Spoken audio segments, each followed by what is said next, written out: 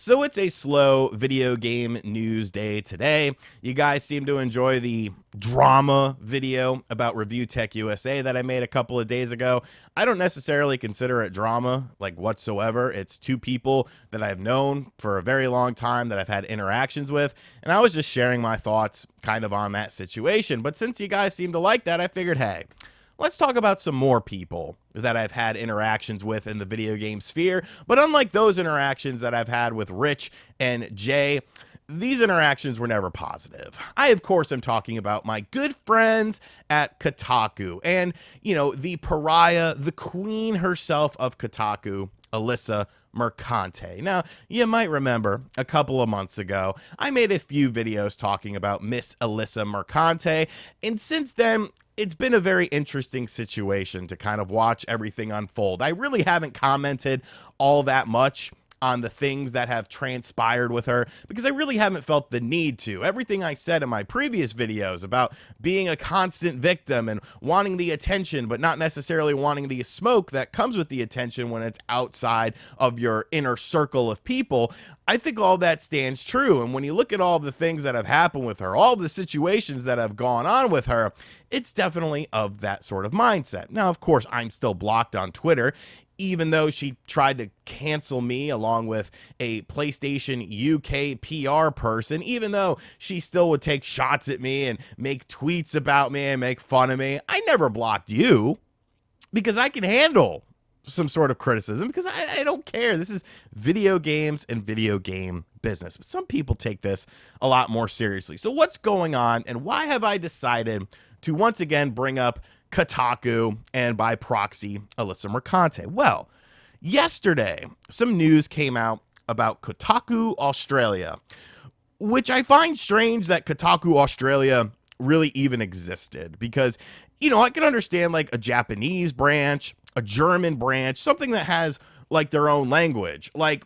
Australia, do they have, like, I understand they say, some word, crikey, stuff like that, and they like to use the other C word a lot down there, but it seems like video game thoughts are going to be pretty standard across the board from an English-speaking country such as Australia comparative to America. It's not like the car scene where Australia has like different cars that are only available, like Holdens and stuff, that are only available in Australia. But I digress. Kotaku of Australia, unfortunately, shut their doors down very recently. This is from, I believe, the editor-in-chief over there, David Smith. Folks, I have some sad news to share. Today, the story of Kotaku Australia comes to a sad and abrupt end.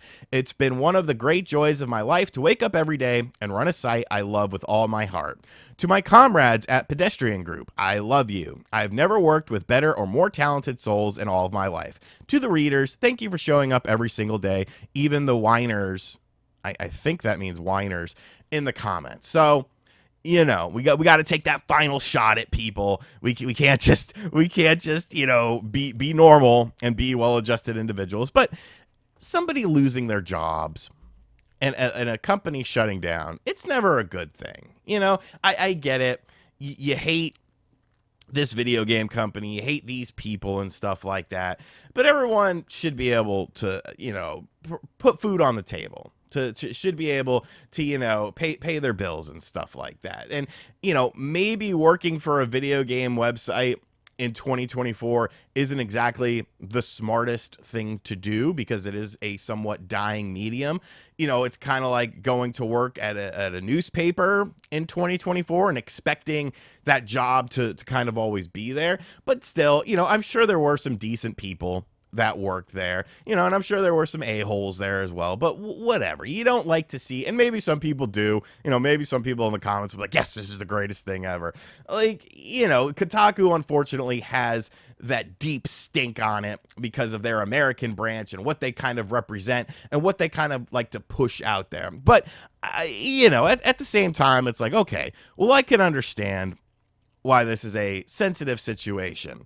And instead of just being like, I hope all these people find new work, whether it's within the games industry or not, or, maybe this is an opportunity because I feel like everyone loses a job in life, whether you're forced to quit or whether, the company you're in shuts down, whatever the case may be, everyone has had a situation in life where they have lost a job. And with that, you can actually take that and use it as an opportunity, use it as a way to potentially do something different in life, to take a different path that maybe you didn't have accessible to you because you were in your comfort zone with your job. But instead of just being like, hey, I hope everyone lands on their feet, the pariah herself has to comment on things, sending solidarity and love to the amazing writers at Kotaku Australia and all the other sites affected. You are all stars and deserved better. Capitalism is cruel.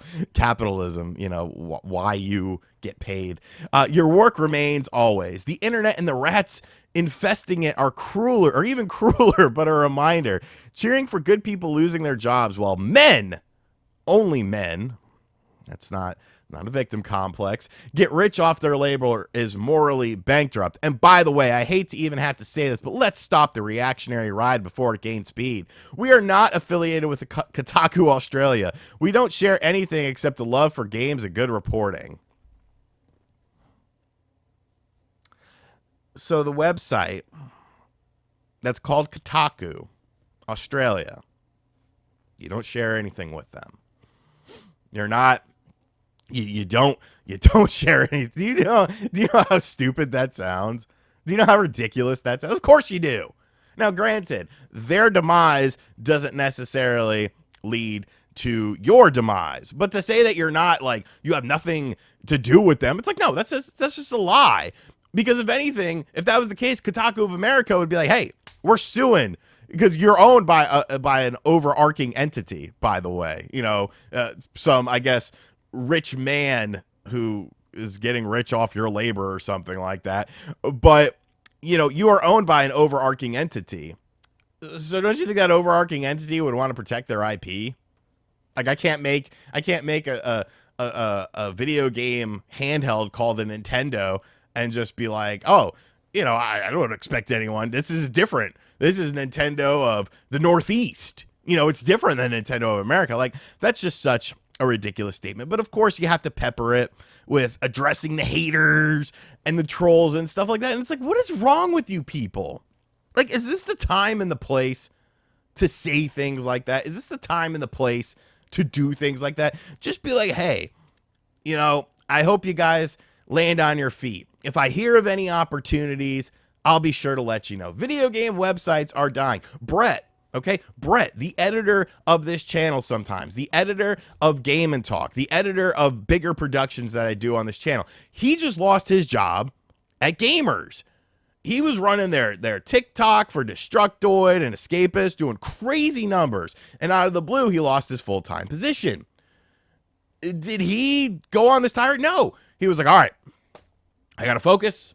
I gotta find some work. I gotta get some money coming in. I got a family. And by the way, if you are, you know, a YouTube channel, if you are a video game, you know, conglomerate or whatever, if you do something within, if you're a video game company, because yes, there are still video game companies that like me. If you're a video game company, you're looking for a social media person, a PR person, someone to, you know, create videos for you, hit up Brett. He's on Twitter. I'll have his Twitter in the description box down below. You know, he's a good hand. I use him quite often, and, you know, he's a good dude. But I hate this reaction, but this is where all the problems lie. This is where we just lose complete sight of everything with this and the victim mentality and all of this sort of stuff, because let's be realistic here. Alyssa Mercante has done some kind of messed up things. And yes, people have done messed up things to her. I agree. You know, they you know, did stuff with her family and stuff like that. Like, yes, that's wrong. You shouldn't do shit like that. That's corny. But the difference is, these were not the people that were talking about her that did this stuff. These were just random people. Alyssa Mercante was contacting people's jobs. Alyssa Mercante was contacting people's wives about stuff. And it's like, it's a little different. It's a little different. But of course, You have no idea what journalism is. Your websites look like they're from 2001. They're riddled with typos. You use yourselves as a source for stories. You have an internet connection and a webcam and think you have something worthy to say. You don't. You could set my Nana up with a Razer Kaio, I don't know what that is, in her care home, and she'd make more coherent shit. So this is the part. This is where we see the real problem. It's a shame that the private equity and Google have gutted legacy media sites, and the stupidest, cruelest people in the world are rushing to fill in the gaps. So what are we talking about here? What are we talking about here? We of course are talking about the big bad boogeyman of the internet, known as the YouTuber. Because this has been something, you could go back to 2018, 2017 on this channel, and I have videos talking about how websites like IGN and Kotaku do not like video game YouTubers. They don't like them because in an area where you could kind of control the narrative and control the media, when a video game YouTuber ends up getting a following, they then have the ability to kind of counteract whatever sort of narrative you're pushing. It's just like a mainstream media thing. You know, mainstream media, they tell you what they want to tell you. A video game website that's owned by a larger entity that has a lot of working parts will tell you what they want to tell you. Whereas a YouTube channel, especially one that's a sole proprietor, could do whatever they want. And this is such a common tactic that people do with this sort of stuff. You have an internet connection and a webcam and think you have something worthy to say. You don't. You could set my Nana up with a Razer Kaio in her care home and she'd make more coherent shit.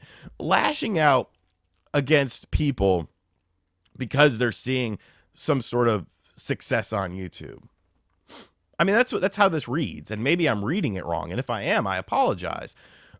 But let's look at yourself for a moment here. Who is Alyssa Mercante? Because up until a couple of months ago, nobody really knew who you were.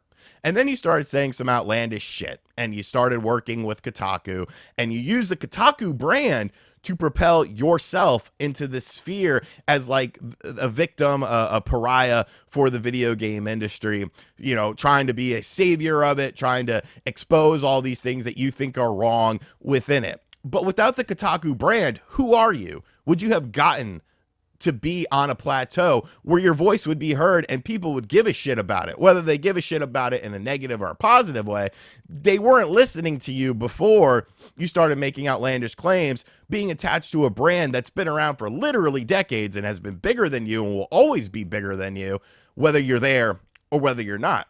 But with a YouTuber, you have to build your own brand.